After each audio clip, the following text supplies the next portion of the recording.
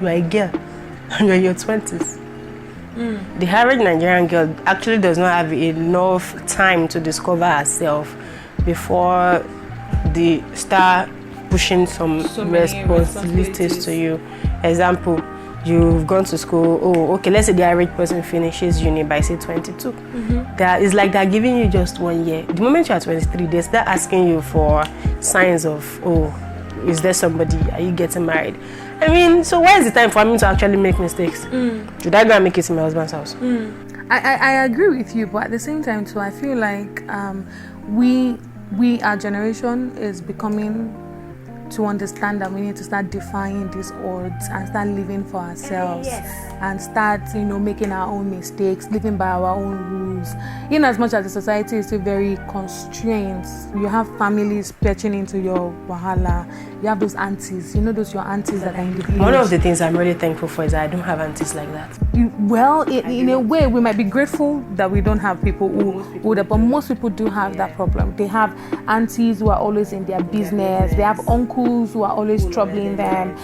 But really, what exactly do you think are the expectations that people expect us to have as young ladies? What's the number one expectations that you think people have of you? One of the expectations that I think is actually impossible to live by is moral uprightness. Especially because you are female. So they expect you to be all morally upright and that. In fact, there's no chance for you to make any mistake. So God help you, or God forbid, you now mistakenly get pregnant. What mistake? My goodness, you won't hear the end of it. That's like one thing that they push so much on females that they don't push on on our male counterparts. Like the moral thing is too gege. Like, what is it? Like, let me breathe, for crying out loud. You won't tell your 25-year-old son to go and marry. Why are you telling me to marry? If your 25-year-old son impregnates somebody, max, you are going to shout. But the girl, you will send her out of the house, you will ostracize her. Lots of things that are so unnecessary, in my opinion. That's like one unnecessary responsibility they put on people. And the irony of all this thing is that the people that are mounting this responsibility on you are people that are morally bankrupt themselves. Do you know what's worse? Is that I look at the older generation, which unfortunately our parents seem to fall into. They are morally bankrupt. Trust me. Let's be honest. Mommy, daddy, big auntie, big uncle, big daddy, we all know that these are mistakes that they made. In fact, they don't even acknowledge it as mistakes. They don't. It just becomes like a part of their life. Thank you. And they move on. They want to start correcting those things. We get that they are correcting in love because they don't want you to make the same mistakes. But then, sometimes it comes from a place of hypocrisy, like, hello. But I also agree with the fact that, in a way, we need to be morally upright. But what's moral? But moral is being subjective. Do you understand? What's your idea of morality? Morality is for you to probably be sinning in your house, but don't let everybody outside know. Just keep up the facade of, you are all this, you are all that. You're all prim and proper. Yes. What's the definition of prim and proper? When people look at you and say you're prim and proper, as a lady in your mid-20s, what exactly is prim and proper? Your dress is probably below the knee. Your dress is below the knee. Yeah, you are not extravagant. You have manners. Hello. You have courtesy. No, I'm just telling you. When you ask older generations about the idea of prim and proper, that's what they'll tell you. Dressing, basically appearance. That comes to your dressing, your hair, how you look. If you're heavily made up, do you know what they call you? Exactly. Yeah, so for them, prim and proper is just the appearance, basically. Not even your character, not even how you are. It's just appearance for them. Fantastic. So let's talk about our own expectations within ourselves. So, girl to girl who is in her mid-20s, do you know that aside what this older generation do, we are the biggest problems for ourselves? We as ladies, especially the millennials, we put undue pressure. Undue pressure. There's so much unnecessary pressure for ladies who are in their mid-20s. And again, bad enough that you as a person would pressure yourself because, oh my God, my mates are doing this thing and I'm not even halfway there. There's still the other aspect of your friends trying to cut you off because in their mind you don't match up to the idea or idea of what a girl, so what's a girl in her mid-20s supposed to be? She will have an iPhone 10, iPhone 11, iPhone 12. That's like what makes you. I'm looking at ladies in their mid-20s now. If you know that before you're 25, a lot of girls are not looking, and this is me talking from the things that I have witnessed, a lot of girls are not looking towards career. They are looking more into owning all the fine things in life. They are more into having a boyfriend that has money. They are more into having a big iPhone and showing that they are big girls or big boys. And now, don't get me wrong, I'm not also saying that all girls in their mid-20s are like that. But you go on social media and what you find out is that, to get to social media. Thank you. On your street, you find out that the narrative that even the male counterparts have for women in their mid-20s is that they are unserious. You understand? There's a whole new narrative that these guys have, that ladies in their mid-20s are unserious. In fact, there's even an age bracket. They'll tell you under 25 ladies are this, under 23 ladies are that. Okay, they're what?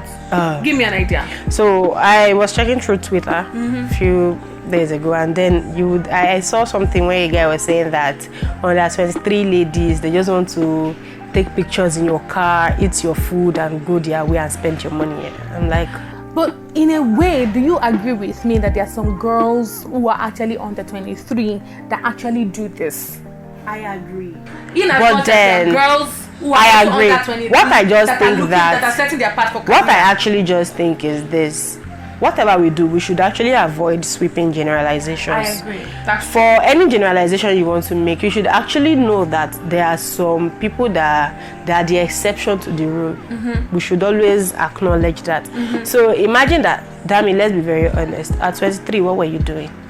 At 23, we had loads of responsibilities. At 23, I was taking responsibility, girl. That's what I'm saying. 23, I was working. 23, I was living and I was working. I didn't even have time for. We were living and we were working. We didn't even have time for social life. No, because we were just work. Right now, I feel boring. Then, I also want to believe that there are lots of other 23s that also like that presently. That's the idea. When I did not come out and see people generalizing like this, it's outrightly irritating. Like, what is wrong with these people? When you go on social media, when you go on Twitter, Nigerian Twitter, there's a narrative that is put for girls who are in their mid-20s or women in general, which is wrong in a way because it's the old generalization that you were talking about. I feel like same as we also do for the male counterpart, and then the expectations that the society itself is putting on us or on us as women is becoming too much. So a lot of ladies just want to do whatever it is that is what they term as being morally upright to them. Now we're talking about moral upright. Do you know that girls girls in their early 20s and that do not even care about these Gen Zs? They don't care about what you think. They don't care for you. If you cross their path, they are coming for you big time. Should be me. They'll be saying, "Oh, you old millennials." They're actually living for themselves. Thank you. They are living for themselves. They're not living for expectation of society. Any one of them that you see probably derailing or something is because of what do they call this thing? Probably something coming from self-esteem, or the person just wants to pressure his or herself. So do you think that it's the society, it's the way they have seen how the millennials grew and they decided that they are not going to live in that pattern anymore? I don't think it is that. What I think is this. I think it comes from the upbringing. Look at it this way. Some people in Generation Z were probably brought up by millennials who have vowed that, I don't want to raise my child the way I was raised. From that single decision, moving on. So their upbringing, they were encouraged to be expressive. I get that. You cannot shut a Generation Z person down. No, okay. They will talk. If you like, when they finish talking, whatever I like do, but they will talk. So let's talk about our own generation and we even millennials. I feel like we are we are in the middle. We can actually relate to Generation Z and can relate with the millennials also. Fun. It's fun. I actually like it. But look at how so let's say that we got a share of both worlds, and we had an idea of what we wanted to do, when it comes to growing up and all of that, like the balance. But how has that actually really shaped us? Has it really done anything positive for us moving on? If you look at it just moves like we're the balance, but at the same time we're the confused set of people. That is the truth. We're the balance, but at the same time, we're the most confused. We're the most confused set of people. We are not confused actually. Okay. I just think that us coming with balance just feels like we tend to come off as hypocritical because we are trying to juggle both words at the same time. When you were 19, when you were 18. Okay, wait. Let's just start with life in early 20s. When was the first time you felt like it was ideal to admit to yourself and the entire world that you had a boyfriend? Because I was hiding the fact that I had a boyfriend till I was more or less like 24. I felt like my mother must not know that I'm dating. Hey, if my mother should hear, pay more date, pay more need boyfriend, bye. I think that one is personality sharp, because one thing I can say for myself, even if I don't give myself enough credit for other things, I have personality. I've never felt the need to hide that. It's not the fact that I had a boyfriend. Maybe I'm not saying it right. What I'm saying is that the kind of upbringing that I had, if I'm looking at myself, was that everything was so strict that I cannot come out to say I had a boyfriend. Even okay, look at it this way. I come from a very strict home, so my father was a pastor. Hello. So what I'm saying is this: encourage you to be expressive. If they did not encourage that, yes, you'll not be able to. That's why I said personality. Basically, see, if you are bringing up a child, there's a bit of personality that you also instill in them. So, because I've always been an expressive child, whether or not I'm from a strict home, fine. I know that the consequence was probably going to be, oh, you cannot go out, oh, you cannot do this, oh, I'm going to flog you. I've never for once felt like I could not talk. See, let me talk. You will not beat me. I don't care, but I will talk. So for that reason alone, I had that freedom of expression right from the onset. So at no point did I feel the need to say that, oh, I'm hiding the fact that I had a boyfriend. And again, I think the other thing that helped me was that when I was growing up, I didn't like boys as such.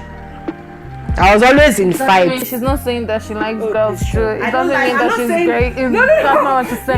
Just let's not do the old 14 years. We're trying to do away with the old 14 years. I wasn't the way my age mates were curious about boys and all that. I didn't have that curiosity. The only thing that probably brought me in close contact with boys was probably fights, because I was a curiosity. Well, I tried things. Yeah, I didn't try things because I should not lie. I was a proper hoodlum. Hey, disclaimer.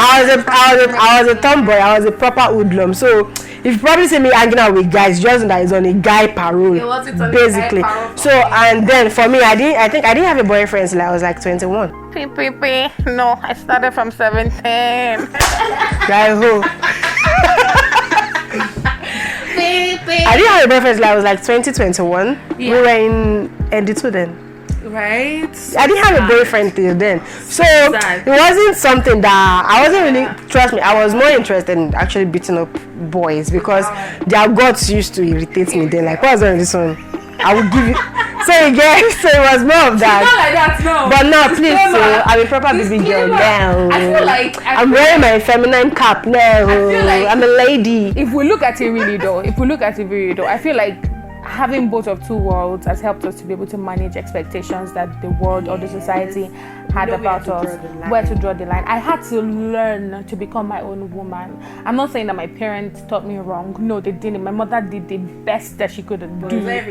But it wasn't every decision that was the best. But at the same time, I had to learn. I was so scared to have conversation with my mom because there was so much expectations. I had to grow up really quick. You were the first born, so I understand yours. Is it okay for me to have a boyfriend now and show to my mom that I have a boyfriend when I have two younger ones behind me, and then to seem like I'm being distracted? I remember when my mom had to tell one of our pastors to come me aside and ask if I had a boyfriend when I was 19, and they're telling me, oh, okay, because if you have a boyfriend now, you're going to get pregnant, you're going to do this. And I actually lived by that for a while. So that's like an expectation. Do you understand? They put me under that pressure to say, oh, you need to be upright at every step. There was pressure for me to growing up because I had an older sister, so it was always like, can't you see your sister? You get things like that. But me, I don't know, naturally I'm a rebellious person. I will not lie. I think you are a less hotter because your sister would bear the higher bond of that strictness. Your elder sister is female.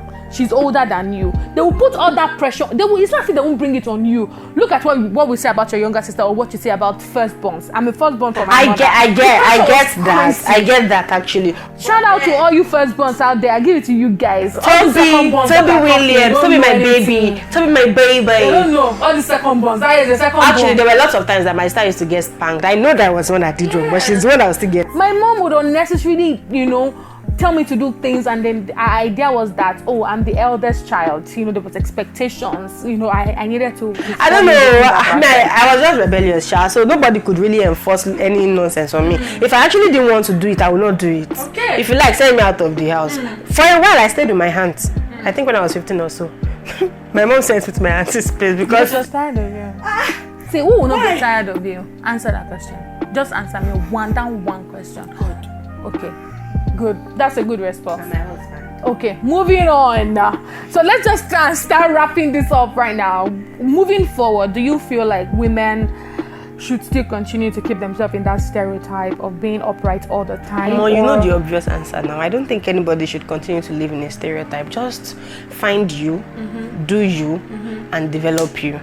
Exactly. Basically, just words of wisdom for the first my time. God, you are words of wisdom. So basically, just live for you. Meadow. Honestly, because the moment you start making some decisions, especially when you decide to now have a family, as much as we want to say women empowerment, you actually still really do need to live for you. Yeah, I really agree to that. And whatever decision you are making, make sure that you are making it for you and that you are happy with your decisions. I think that's just basically it. And for the average person going out, going to work, average young lady, you are striving, you are trying. See, just always learn to take a break, basically, so that you don't burn out or break down. Honestly. I agree. And Daya would always say, take a break. But the situation of this country does not even encourage you to take a break. But then if you die, what happens? See, nobody is saying don't take a break, but at the same time, you got to work. See, I was telling myself yesterday, when I was coming back from my training and also work, I went to work at the same time, and I was like, man, I don't think that I'm made for suffer. So I started affirming to myself, I'm in my mid-20s, and I'm like, even though I'm in my mid-20s, and it looks like the mid-20s is the year where I'm supposed to work all the work in my life, and then go and marry, and go and rest in your 30s. But that's a lie. It's a lie. When you enter 30s, you start having children, then your work will now double. Your work will double. I told myself, moving forward, I'm not made for sufferness. So let me give you the affirmation. Listen to me. You tell yourself, my name is this, and my name is Damilola. I'm not made for sufferness. So who was made moving for forward sufferness? from now, This one is not everything okay. is ease and flow. I would experience ease and flow in my journey in life. Really. And I've told myself, moving forward, it's just ease, man. Ease, man. So if you're coming with unnecessary expectations, you're coming with so many wahala, I will brush you off. Let's also talk about, before we go, I wasn't wanted to go, but really, is it really in your mid-20s that you define really what friendship is? Moving forward. Let's just use it to wrap up. Okay, so it's not like you define what friendship is in your 20s. I just think that you have the opportunity, as in it is in your 20s that challenges that makes you know who should stay and who should go happens. Because there are lots of people that you probably have been friends with in secondary school, but then in your 20s, you just knew in your mind that this thing cannot work, because that is the period you were faced with lots of decisions. That is the period you were faced with challenges, and you just knew at the back of your head that. For some people, it doesn't happen until their 30s when they start having children. For some people, it doesn't even happen until their retirement. That's really correct. So I just think that life comes, there's no time frame. Life comes in stages. Anybody, you cannot withstand this at this particular stage, and you really have to go, because you're not helping my journey. And honestly, if I'm the one that is not helping your journey, please cut me off. Jump very long, because I tell myself, aside from apart from the, as much as you want to say, oh, we are cutting people off, we are cutting people, some people actually see us as hindrance to their own journey too. Definitely. So if I'm an hindrance to your journey, please, I beg in the name of Jesus, don't even hold me an explanation. Just cut me off. Like, I deleted somebody's number too recently, because they have blocked me from saying their status. So that means that he's like, when you don't want me again, I envision it. Emeka say off the mic. He's like, when you don't want me, you block me. What I do is I delete you, because it just helped me to like, oh, I understood that that relationship has ended. I appreciate. So that's it. Because it has ended doesn't mean that I will not appreciate the journey that we had, the experience that we've had together. But then I just, like I said, ease and flow. I'm grateful for you at that particular point in my life that you came. Now that our relationship has ended, I'm grateful that you are gone out of my life. So moving forward, and you say I'm the Agbero. So moving forward, and you call me the Agbero. moving forward, peace. Thank you. Moving forward, peace and light. So illumination and affection. Yes, that's it. So be yourself in your middle 20s. Enjoy life in as much as you can. Enjoy life. Go out. Like that's one thing I wish I did when I was in school. We didn't go out. Damn, you know that we didn't go out. We didn't. We were boring. Ah shit. Now we're trying to make up for it now. Ah shit. We actually were the absolute worst. Well, yeah. We didn't go out. Please, if you want to be friends with us, just come now. Let's try and hello. Us out. I don't have slot for friendship. I just want to spend your money. Yes, let's spend money. I will also, so that's the idea. When we say come, let's spend your money, it doesn't mean that we don't have money to spend on you. Boya koma lo. Yeah, really, that's it. Really, just be especially yourself. for young ladies, please just be yourself. Just take care of yourself. Basically, just take care of yourself. Yeah. And whatever decisions that you are faced with, that you have to take them for yourself, so that you don't end up regretting anything and saying, "Oh, it was this person that made me do this." No, do it for yourself with your chest. So that when the time comes for you to drink Gary, if you actually do need to drink Gary, you will drink the Gary with joy and satisfaction. Okay, that's it on the Nude Diaries For today. For today, until when next week come, which is definitely next week, when you'll be listening to the next episode. Remember to like, subscribe, follow us on social media. The Nude Diaries. Follow me at Damilola Aleje everywhere. Follow Temidayo Williams. She has a different name on Twitter and another name on Instagram. I don't understand. That's not correct. Is it Tara Williams all through? That's my business page. Business page? Yes. Yeah, what is the page? So my personal page on Instagram is _Iyawo Daddy. Iyawo Then Daddy. on Twitter, it is simply Iyawo Daddy. Iyawo Daddy. Iyawo Daddy. Or you can look for me. I also be a Mrs. Rich Woman. Mrs. Daddy. Mrs. Rich Woman, calm down. Mrs. Rich Woman. Mrs. Rich Woman. Mrs. Rich Woman. Okay, we're going now. Stand up, I'm looking for my phone. Hey, we have come to the end of this podcast. How many times you want to say that? It's the Nude Diaries. We'll see you next week. We hope you enjoyed our conversation about life as a young lady in her mid-20s. We hope that you make the best decisions for yourself moving forward, and we hope that you learn to live life as soon as, as freely as you can. I love you. Daria is receiving a business call because the girl gotta make money. Bye guys, we love you.